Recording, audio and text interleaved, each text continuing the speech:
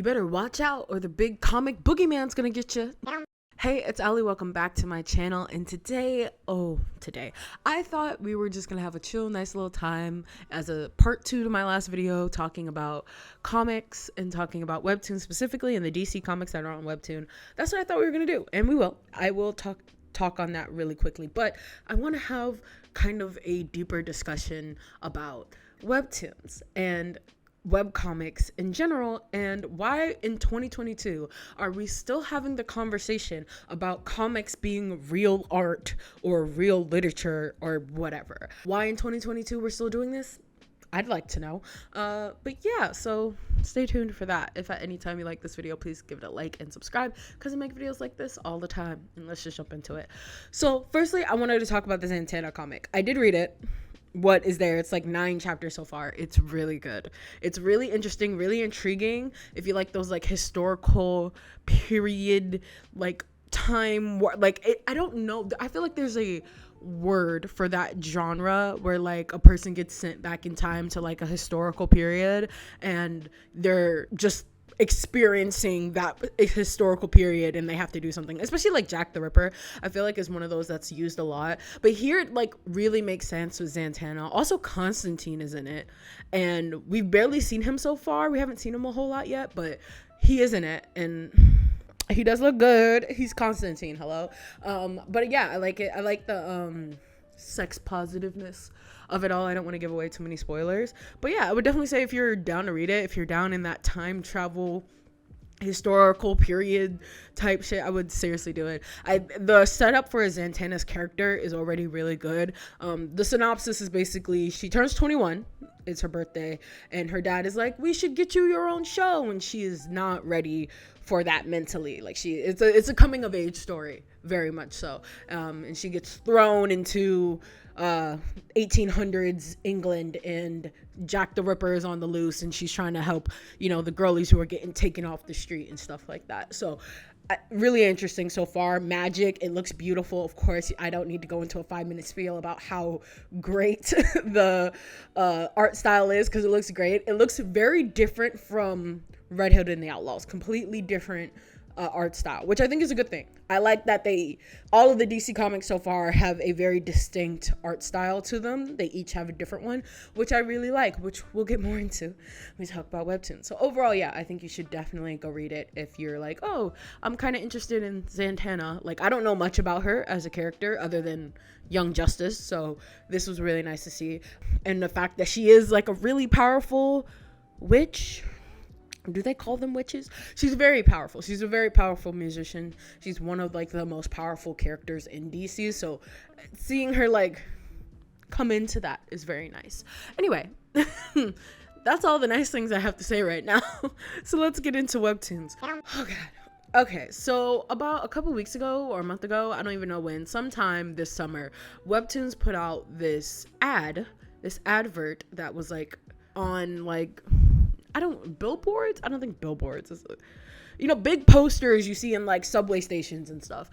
They put out this advert that was essentially saying that, oh, come read Webtoons or whatever. Comics are the fun side hustle to literature. Like, it says something along those lines. And oh boy, I'm sure to the average person who doesn't read comics and who maybe not even reads books, and they're just walking across the street and they see that, they're not going to think too much of it. It's an ad for Webtoons. They're probably not even going to think that much of the slogan. They're going to see it and then just be like, oh, okay, Webtoons, that's a thing. Okay, cool. And move on, right? That's what most people are going to do. No one's going to stop and go, what?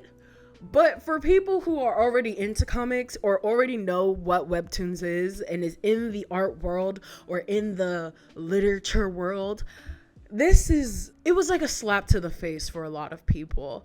It brings up this old argument of comics not being real literature or real art, which is crazy to me. It's really crazy to think about, because comics are both literature and art because they have a story tied to them and it's art on the page. So for both the art industry and the literature industry to be like, yeah, it's neither of those. Comics have always gotten like a hard rub. Like, ever since like what, post World War II, like Germany, or even just the world, honestly, that's, comics have been getting a bad rep since forever. Honest to God, they thought they were gonna turn your children gay.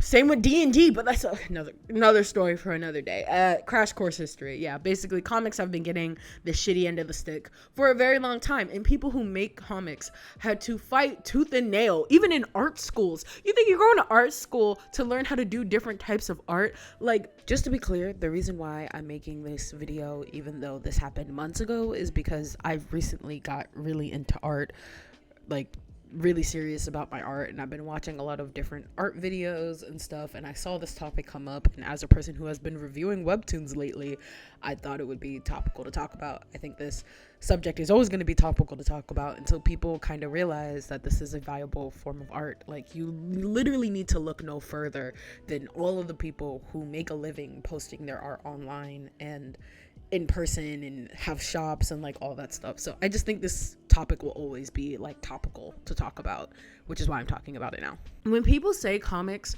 are not a good form of art within the art industry, it's giving the same thing as like anime is not, you know, there's people who say that like anime is not a form of art, which is giving xenophobia and kind of racist.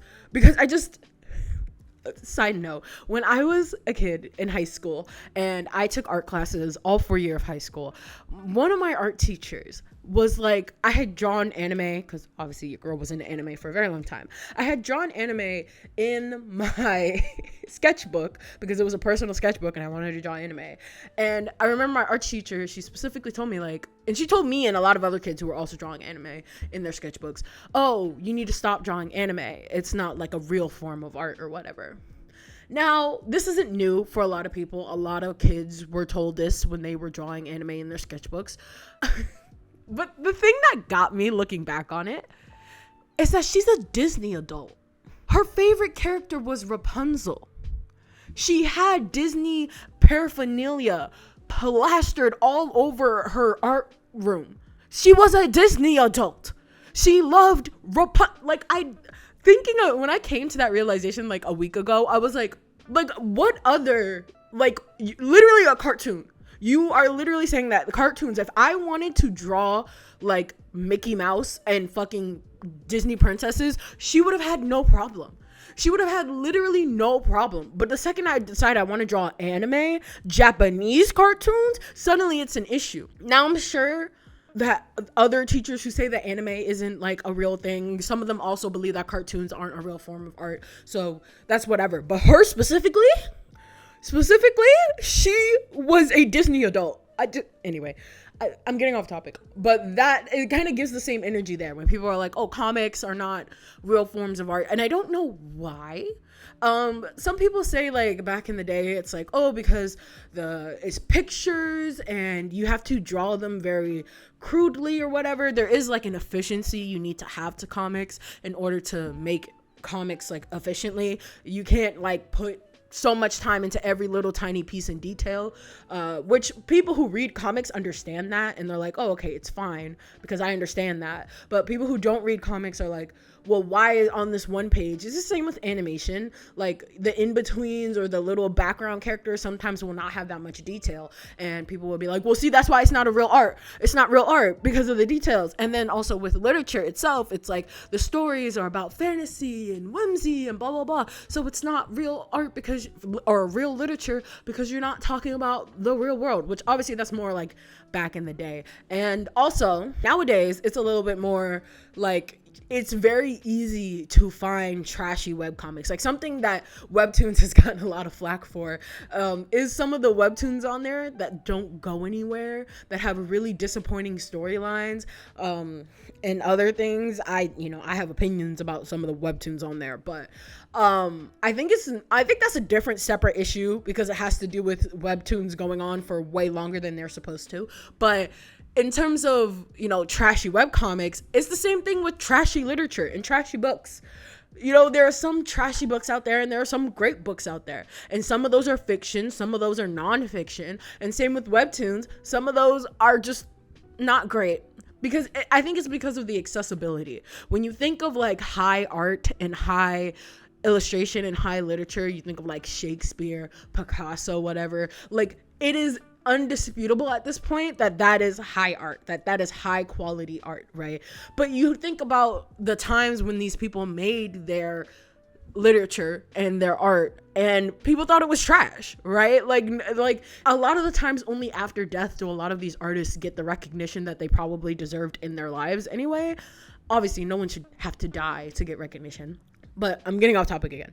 But the point is, it's because art, webcomics specifically, is more accessible to people. With Webtoons, I'm pretty sure you just submit your webcomic to the people, and then if it gets approved, then it's up to you to constantly be updating that. Also, with other, if you don't want to go the Webtoons route, there are other places, like you can host your own website and post your own thing, so anybody could do it. And the same with literature, with fan fiction. They have the same energy, webcomics and fan fiction, because fan fiction can be seen as like really accessible. Like anybody, quote unquote, can make fan fiction because it's based off of a property that already exists. It's seen as less than. And because it is more accessible and anybody can do it, and a lot of people do it, you get more trashy fanfics than you do really good ones. But I can say some of the best shit that I've ever read in my life hasn't come from books. It's come from fan fiction. And same with webcomics.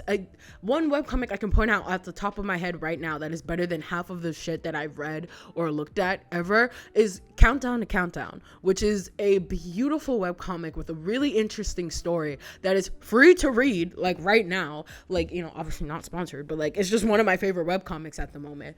And so it's just really interesting that even the people on the Webtoons team still don't see like Webtoons or webcomics as like a legitimate form of like art, which is crazy. Because if you're in the art world on Twitter, like there are so many comics that people made that are just like really personal to them that have me bawling by the end, because it's not about like, you know, a fantastical story. It's just about life, and the comic is just the medium that they chose to show about their life. And it's beautiful and sometimes really profound, and you wouldn't get that from like anywhere else. Like sometimes a comic is the perfect medium to like show that.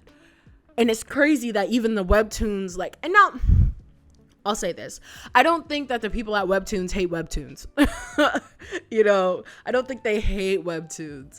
I think what it is more of is that they know they're trying to get people who maybe don't read Webtoons into Webtoons. And so when you're talking to someone who isn't into fan fiction or isn't into webcomics, and you talk to them, like you kind of have to sell it to them in a way where you can reach their level of understanding. Because we know as artists and as writers and stuff like that, we know that it takes so much to make a webcomic. You have to both draw and write. Like you have to do both.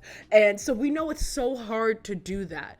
But when you're explaining it to someone who doesn't really get it, you kind of have to explain like, yeah, it's like not a lesser form of literature or whatever. It's easier to read, it's easier to digest. And so because of that, I think some people see that and go, okay, well then it's lesser than. It's easier to digest and it's lesser than. And when you're explaining that to somebody, it can come off that way.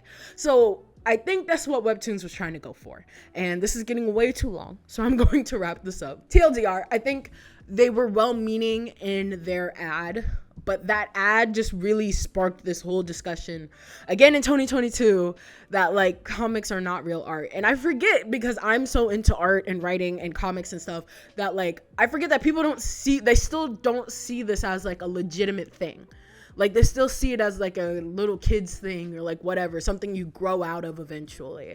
It's crazy to me because I'm so into it, and I know this is going to be with me, like comics and stuff, they're going to be with me for the rest of my life. Like I know this, but it's crazy to think that like some people are like, oh, it's just a phase, you'll grow out of it, this is whatever, it's not a legitimate form of art. If you're an artist, you'll make real art eventually, like stuff like that. It's crazy.